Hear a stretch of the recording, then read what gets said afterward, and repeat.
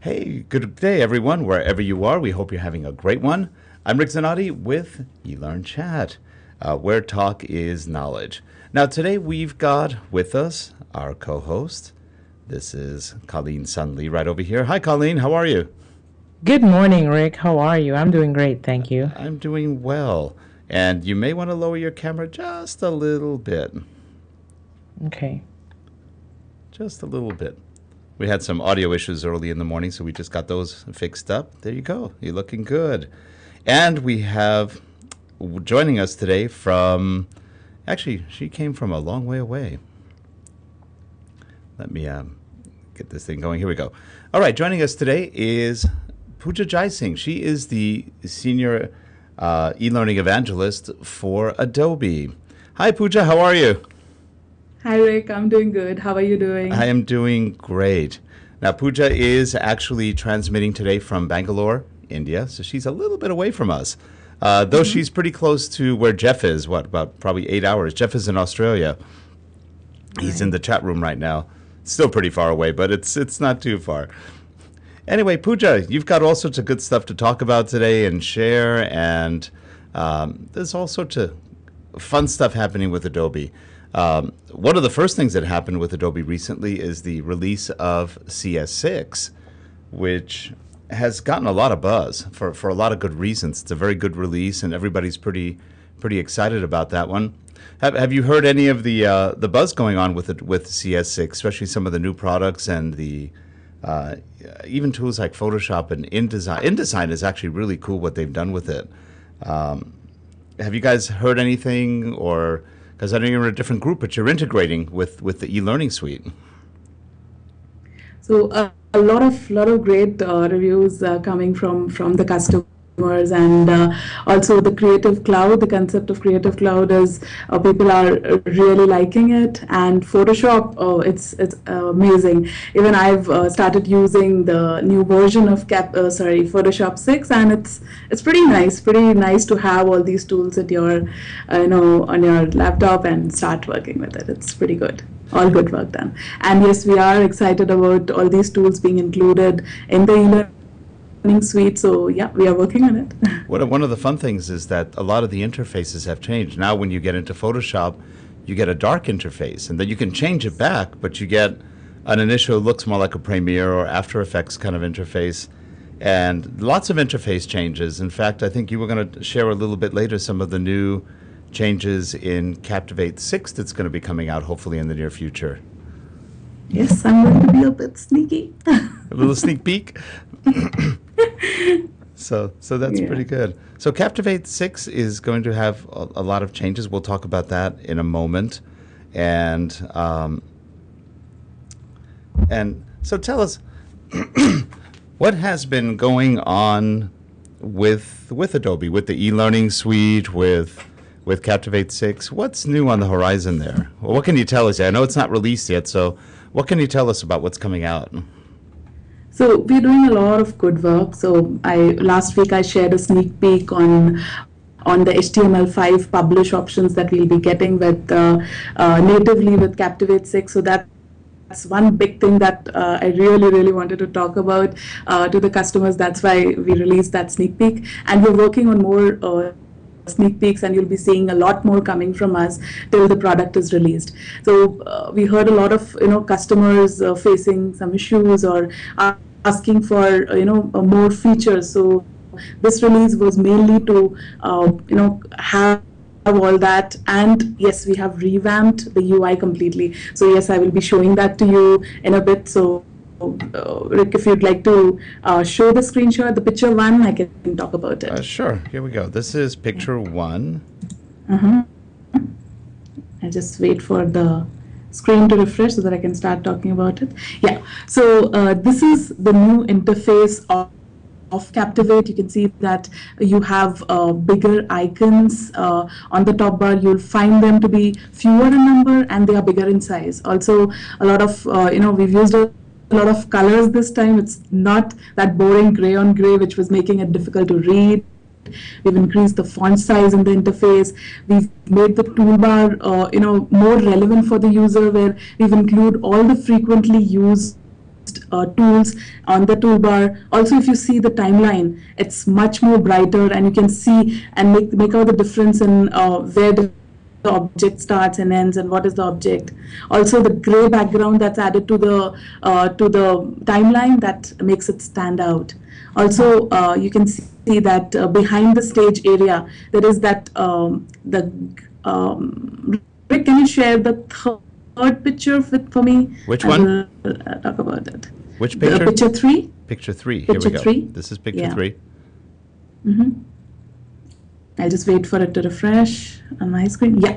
So here you can see that the scrap area behind the stage is has got a gray gradient fill, and it's a textured fill which makes the stage content stand out. Also, we've added a lot of shadow behind the stage so that the content which is there on stage is not mixed with the color on the scrap area. So it makes it look more prominent, and you can get a better look of what course you are creating. Yeah. Also, on the properties inspector, you can find that a lot of changes we have done. We've increased the font size so that it's more readable, and we've kind of organized it well so that it looks better, and it's easier for the customers to use. Rick, can you show the second image? So here, previously we used to have a drop-down menu for master slide, but now you can see that we have thumbnails for it, so that you can make out which master slide you want to choose for your screen. So it makes it easier for the customer. So we basically heard a lot of customer issues or the things that they were looking for, and we've added that in this version, and we are trying to add more. Oh, that's good. In fact, it's definitely a lot easier on the eyes. I've been beta testing the product, and I've been probably one of the biggest complainers about the UI, the interface, because I always found it hard to read in version 5, and this is actually very easy to read. If I'm not complaining, that's good. That's a good thing. So, no, definitely a lot easier to read, much easier on the eyes. And things are bigger. A lot of us work on the product 8, 10, 12 hours a day. So when we do work on it, we want to be able to not be tired as far as eyes go. So this is definitely a pretty big improvement. Now, there is one more slide. I think it was the 4th slide. You want me to bring that one up? Yes. This one? So, okay, so this is our publish option, and I had shared it in the sneak peek that we have HTML5 output for natively from Captivate, and what this allows you to do is have a pause and resume functionality, so you can take your course on a desktop, start it, stop it there, and then continue from the same place in the iPad. So what it does is it identifies from where you have stopped, and which page you are on, which slide you are on, and it allows you to take it from there. So it makes it a lot easier for the learners to take their courses and complete it, and it is not device dependent at all. So that's a good thing. Now, is this generating full HTML5 for any Captivate course at this point? So as long as it's Captivate 6, it can generate a full HTML5 course. That's great. Yeah. That's pretty good. I haven't played with that yet. You should. I will. You should, Rick. I will. I've just been real busy, but definitely plan on taking a look at that. It's interesting because if you look at the whole world of Flash versus HTML5, I guess sadly Flash has lost. A lot of us have been in Flash for a long time, and but I'm not sure it's a bad thing. HTML5 looks very good. Have you looked at the Adobe Edge product? No, not yet. It's been really busy with Captivate, so it's really fun. Yeah, I need to later. It kind of reminds me of what Flash was several years ago, where you've got really an animation builder that's completely HTML5 based. In other words, it generates complete HTML5, and it does a beautiful job of it. If you haven't played with Edge, it is now shipping as part of the. I'm not sure what suite it's in. If it's all the suites or. I know it's in the master. I have the master collection. We have a couple of those, and it's really a fun suite. It's a fun product, it's just a lot of fun to work with. And as far as Captivate goes, I guess there's going to be a release coming soon. Nobody knows dates yet. I know you can't tell dates, but soon. That's what I hear from people. Soon. Yeah. So soon, and we are being really, really sneaky about it these days. So Alan, myself, and Vish have been planning a lot of sneak peek videos, and you'll be seeing them from us coming frequently. And we're really excited about the release. That sounds good. And in fact, for those who are wondering, Dr. Alan Partridge will be also back here, I think, in about a couple of weeks. Colleen, was he in a couple of weeks? Yeah, he's going to be in I think, June 20th or something like that. Okay, so about 3 more weeks. Mm-hmm. That sounds good. Yeah. Always fun. So I have a couple of questions in the chat room, Rick. Mm-hmm. First from Leva, and she's wondering how easy an animation built with Edge can be integrated into Captivate. That's a good question. I have not tried integrating yet. What it does is they are web-based. So as long as you have a link, you could probably embed that link into Captivate and show it that way, or call it up as, excuse me, as an HTML file. So if you do that, if you call it up as a web page, it should be fine. It'll integrate completely. I don't know if it'll integrate where you can actually put it on the screen and it runs like a widget. That I'm not sure. Have not played with it yet. Haven't developed that much with Edge yet, but have been playing with it, and it does work pretty well. That's one of the things to test in the next week or so. Okay. Next question from Tom. Can Captivate 6 open Captivate 5 projects and output to HTML5 and SCORM compliant? Of course, yes.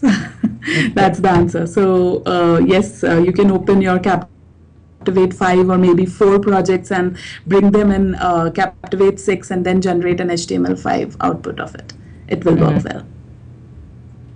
Okay, great. Thanks. Do you have any more questions right now? Not right now, but we have a nice turnout in the chat room today. There's a lot of folks that are really interested in hearing Pooja talk about her sneak peeks of Captivate 6, so that's great. Okay. Now, when do you do the sneak peeks, Pooja? When do I do as in? What day are the sneak peeks on? No, whenever it's ready or whenever there is a turn of having a sneak peek. We usually try and do it, say, once a week or once in 3-4 days, so depends. Okay. And depends how excited we are to share with everybody. Now, where do you announce the sneak peeks? Are you doing it through Twitter or other methods? So we usually post it on YouTube and then put it up on our blog, Facebook, Twitter, LinkedIn. We cover all the channels when we are talking about the sneak peeks. Don't want to leave out anybody. Okay, that's great. Mm-hmm. That's great. Now here's a chance for the chat room to actually ask as many questions as you want. Yeah, that's what I told them. I said, now's your opportunity. We have Pooja live, so that you throw out whatever questions you have. I think they're being a little shy. Some of the folks present have NDAs, so I don't know how much questions we're gonna. Well, we all have NDAs. I have more NDAs than I can think of. Like even I have signed an NDA, so I don't know how much I'll be able to answer, but I'll try. So what's one of the major differences between Captivate, let's say 5.5 and Captivate 6? Oh, actually, there is one thing I did want to talk about, which I think is really good, and this is good for everybody. Adobe has changed anybody who uses Adobe products, and most of us do in one way or another, whether it's the e-learning products or whether it's the all the Creative Suite type products, there's a whole new subscription model, which frankly should have the rest of the industry wondering what they're doing pricing wise, because it makes the products much more accessible to everybody, from students all the way to professionals. I noticed that for example, the Creative Suite, the Master Collection, is only $49 a month. That's really cheap. That's not bad when you think of all the products you get. And I believe there are already pricing changes for Captivate and the eLearning Suite as well. Can you talk a little bit about those? No, Rick. Not yet. Okay. Not yet. I'm Okay. sure Priyank would kill me if he hears me talking about it right now. But Okay. yeah, you'll come to know soon. Okay, because I know on the other Adobe products, they've really gone down a lot, and it's very competitive. Let's just say it's extremely competitive, and I don't know what the future pricing is on the eLearning suite or Captivate, but if they're following suit with all the other products, it's going to be pretty exciting. So that'll be good. Makes it much more accessible, especially in economic downturns like we've all been experiencing, which is it's not fun, but hopefully short-lived. So what else is going on in the chat room? I have another question. Is Captivate 6 a good tool to build mobile apps?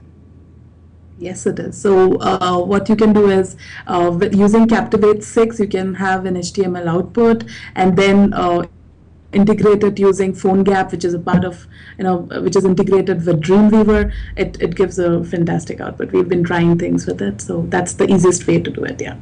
Actually, Okay, great. PhoneGap was acquired by Adobe, wasn't it? Yes, it was. That's really, PhoneGap was a pretty good little product. I believe it takes it's kind of like it's kind of a step beyond what Device Central used to do. It pretty much takes your output and then converts it into a mobile platform, correct? Yeah. So is that going to be integrated directly into Captivate 6 now? Or through No, Dreamweaver? that'll be part of Dreamweaver. If you've seen Dreamweaver 6, you'll find it integrated with Dreamweaver, and Dreamweaver is a part of eLearning suite. So yeah, you'll get a better integration there. That'll be great. That'll be really good. So, it's interesting. A lot of people don't realize that Captivate right now is about 68% of the e-learning marketplace, which is a huge percentage when you consider how many vendors are in the market, and a lot of people don't realize that, and also I think a lot of people are realizing that it's not just that Captivate. This is one of the things I've been hearing for years, and in essence, everybody thinks Captivate is only a simulation tool, and it does a lot more than simulations. It can do full soft skills. I would say we do probably half of our Captivate work is simulations, and the rest is soft skills. We do a lot of soft skill development, and for some odd reason, people still kind of think of the old robo-help. If the people who've been around a long time go, oh, it's strictly a simulation tool. Pooja, how much do you see people going from developing all sorts of things with Captivate, not just simulations? So yeah, the major portion of the users are still using it for simulations, but I've seen a lot of people using it for soft skills courses, and yeah, using advanced actions and variables. Thanks to Lee for blogging so extensively about it and spreading awareness of what all you can do using advanced actions and variables, and also the branching ability that you have in Captivate. It makes it really easy for you to create soft skills courses. I recently created a scenario-based course, just tried to attempt to do that, and Captivate worked beautifully with that. So it was a nice thing that worked well. That's good. Now, how long have you been with Adobe? It's been about a year and a half. Only a year and a half. Yeah. Okay. So where did you work before? Before, I was working with JP Morgan Bank as JP a Morgan, senior okay. instructional designer. So I was into hardcore, instructional design, creating storyboards and analysis and all that stuff. And here I am talking about Captivate, and Very, very different, right? very different, very different. And it's very exciting because you get to meet a lot of people, talk to customers, and understand their workflow. So what you learn in this job is 100 times more than what I was doing previously.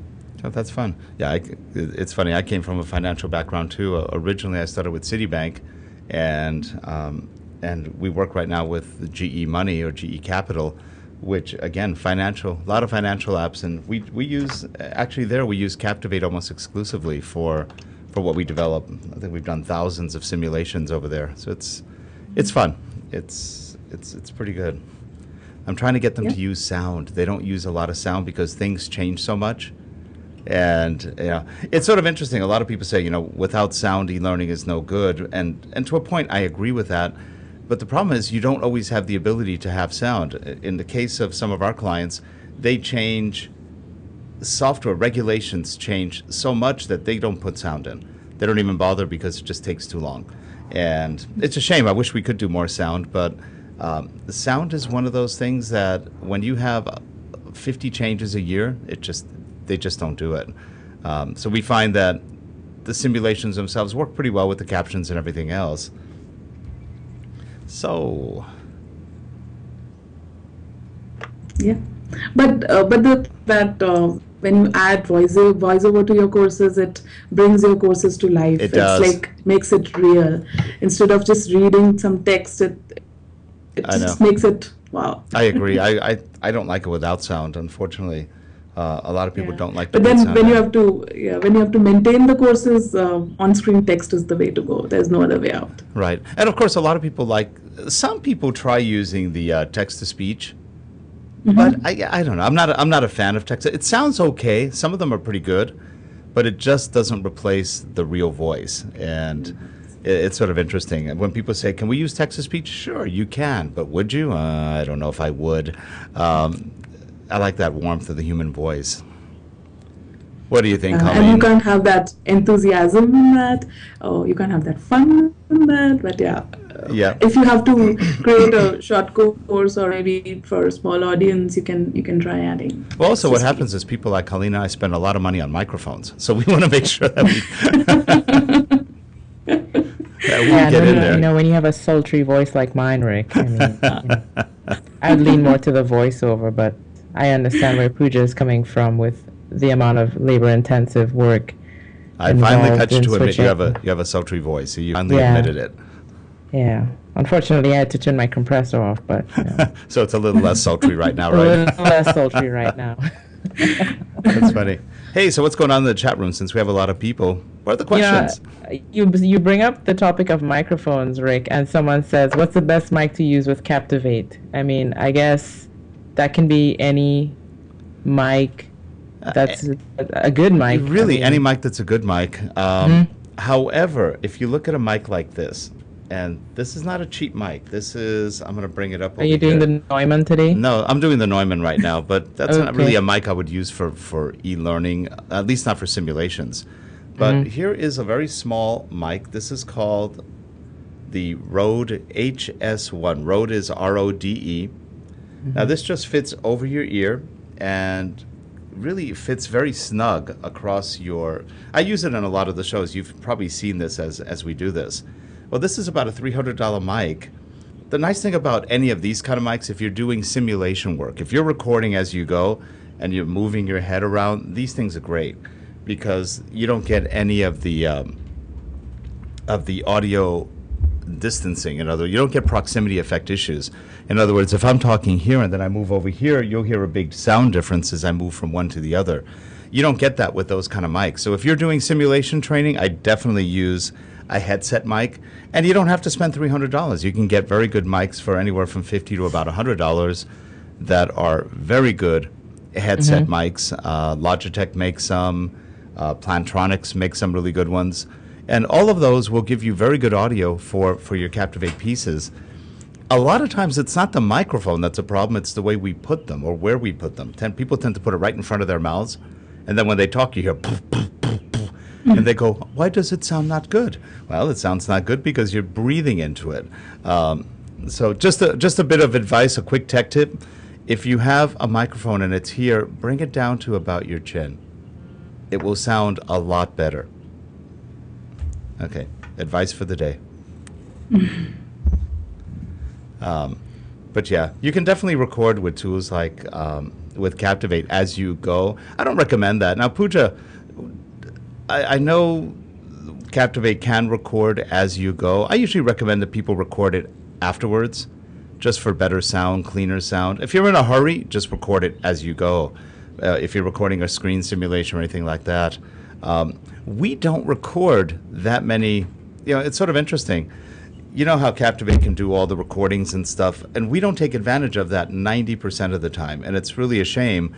it's because our clients are external. They're remote. They're all over the world. And sometimes what we have to do, and mostly actually not all over the world, mostly all over the U.S., and we do everything through WebEx or GoToMeeting. We record their screens remotely, so we can't record using Captivate because it would capture everything. It wouldn't work well. So we record using Snagit and then bring it into Captivate. And if we have to add a mouse, we'll add a mouse and move it and things like that. It's a lot easier when you've got people all over the world, all over the place, and just easier to record screens that way and just do quick screen captures. We've done literally thousands of courses that way, and it works pretty well. It's a good way to get courses going. And it doesn't beat being local. If you're local, that's even better. You can just record, do all your screen recordings as you go, and then clean it up later. That works pretty well. Pooja, what do you find people use more often when they do Captivate? Are they recording as they go? Do they capture screens, bring it in later? I have seen that people record first and then, they capture the screen first and then record their audio later. And I think that's a better workflow, because when we are capturing the screen and if we are recording, we are concentrating on two things at the same time.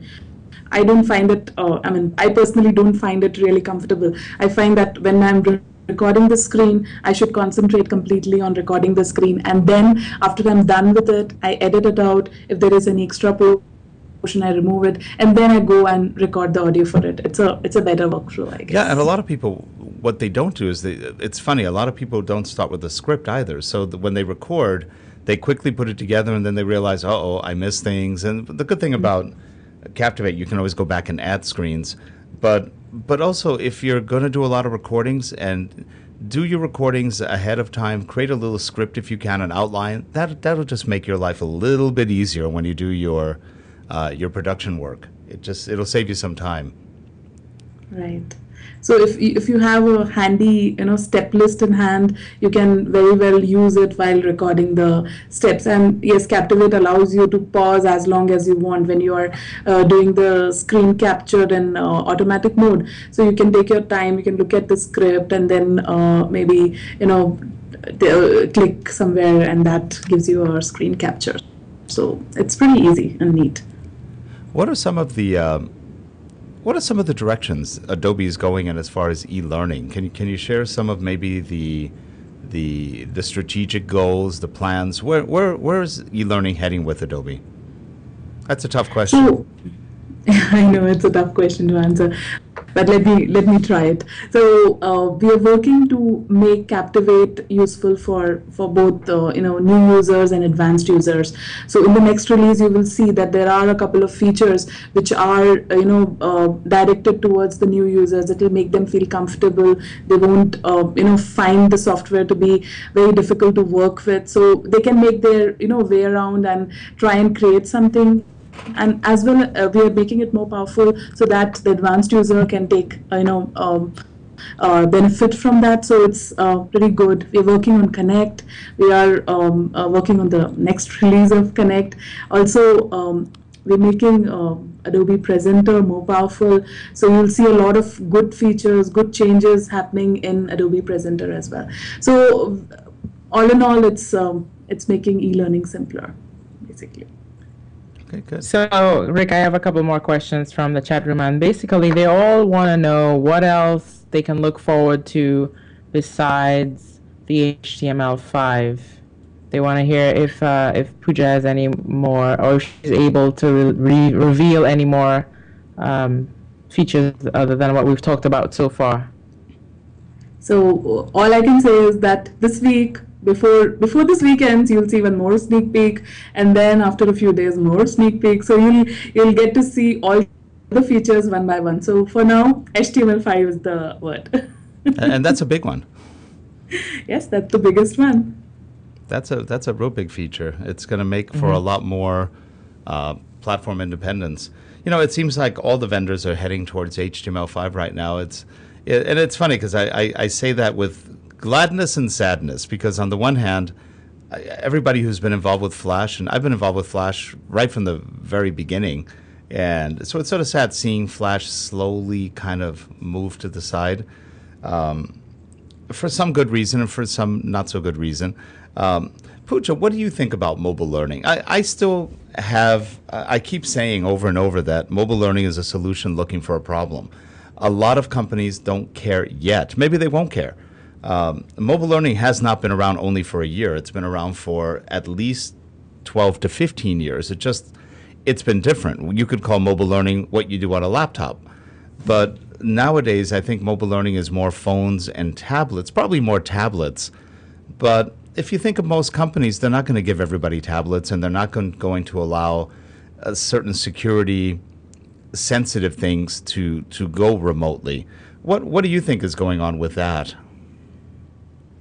I think companies are being more relaxed nowadays with their policy of not having the content on the tablet or maybe on the phone. So slowly they are changing, and I think mobile is the way to go, because they are the devices that you carry everywhere. So when I go anywhere, I carry my phone and my tablet. So it's kind of easy to, when I'm waiting for something, I can just open and I can start looking at the course or complete my training. It's a little easier for the person to utilize that waiting time and complete it. So I think companies are realizing it slowly, and they will move to eLearning. I'm hopeful. I think some of them. Not completely move, yeah. eLearning will be there, definitely. But yes, part of it has to go to eLearning. I think one of the issues that has to be resolved is the ability to do tracking. And there are efforts being made by all sorts of vendors to allow tracking of content remotely. So for example, if you've got a course that's running on an iPad, that course can be tracked as well as any other course running internally on a server. That's one of the issues right now where I think without tracking, you're not going to really have any real idea what people are doing or how well they're doing it. So we'll probably see more tracking as we go, at least for especially in compliance courses, things like that. I think the biggest issue is still security. It depends on the institution. If you're in a bank, you're probably not going to get a lot of mobile learning. Probably not, at least certain things, because they're going to keep it probably in-house. Banks are fussy, or financial institutions, Wall Street kind of institutions. They probably won't open a lot of it up. Some of it maybe.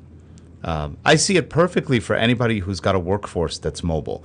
For example, if you are, let's say, a flight attendant, you work on an airplane, you may not be on the ground all the time to take a lot of training, but there is a lot of downtime when they're flying. They could actually go through training either in flight or from their homes, because a lot of them don't see the work base or the corporate base all that often. That'd be probably a good use of it. A lot of other different applications. But enough of me. Chat room. What's going on in the chat room? One of the questions someone asked earlier, Rick, was, and we have a lot of super users in the chat room, but someone would like to know if there's, how would you advise someone who's never used Captivate before to start learning Captivate? What would be the best route? So I would say that there are a lot of trainings that we have conducted, Alan, Vish, and myself, and they are there on our blog page. On our blog page, you'll see that there's a big picture of Captivate. When you go there, you'll find around 70, 80 trainings only on Captivate. Go through them and you'll learn a lot from it. Also, there are a lot of, we have Get Satisfaction Forum, we have the Adobe Forum, and there, if you have any questions, it gets answered instantly by all our community experts and our in-house engineers. So a lot of help is there, and trainings are available.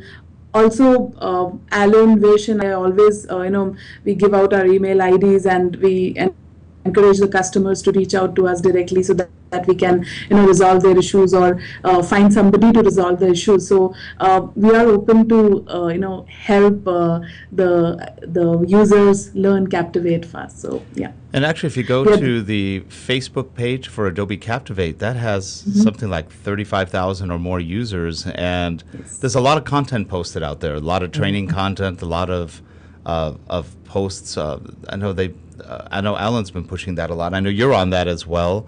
So that's a good place for resources. A lot of podcasts out there on Adobe Captivate. You've got a lot of good training companies. there's just a lot worldwide. So just do a search, go to Adobe and just do a search on the web for Adobe Captivate training. You'll find a lot of good training companies. A lot of good books on Adobe Captivate. In fact, in the old days, there were only 1 or 2. There's about 10 or 12 now on Captivate, and that seems to be growing. So I'm sure there'll be a lot of new books on Captivate 6.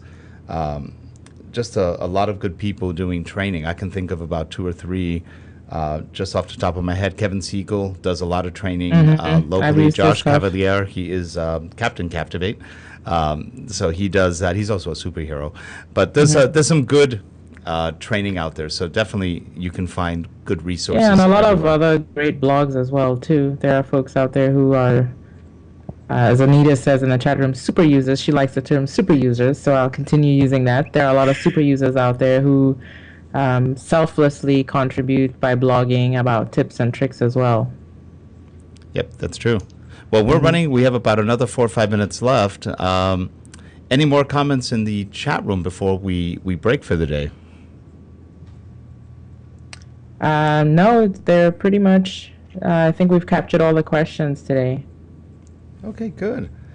Pooja, where are you going to be soon? Are you doing any of the shows? No, actually, I'll be attending and presenting at DevCon at Salt Lake City, and then I'm conducting a training in New York, and then I'll be at the M1Con. So next 3 weeks are going to be really interesting. You're going to be traveling. You're going to be traveling on a lot. the road like a rock star. Have you been to Salt Lake City before? No, it's my first visit. It is a really beautiful excited. city. It's one of my favorite cities. It's lovely, and I don't know if you'll get any snow this time of year. Maybe in the mountains you'll see a little bit of snow. It's just gorgeous. It's like a big valley with mountains all around it. It's just very pretty. One of my favorite, and the people are very nice there. Just found it a nice place to go. And then eLearning is in San Jose. Yes, it's in San Jose. That'd be good. Well, good. That should be good. Well, if you're up there, say hi to Brent Schlenker for me. Sure. He's been on the show several times. Good friend, good guy. Right, good. Well, so you know where to find Pooja coming up in the next 3 weeks. She'll be traveling. You have to catch her plane as you go. Pooja, it's been a pleasure having you on. Thank you so much for coming on today and sharing with us. And I know you can't say too much because I guess releases are imminent or coming in the near future. So we always try to pull a little bit of stuff out of vendors, but it's hard, I know. But we appreciate you being here, and everyone in the chat room, again, thanks for being there.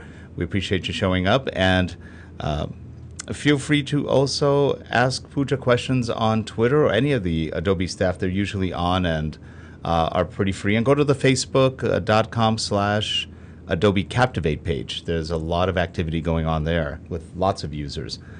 Anyway, again, thanks for being there, and we will see you guys all next week on eLearnChat. Thanks, Have everyone. a good one, everybody. Thanks, Thank you, Coline. everybody. Thank you, Pooja. Thank you, Pooja.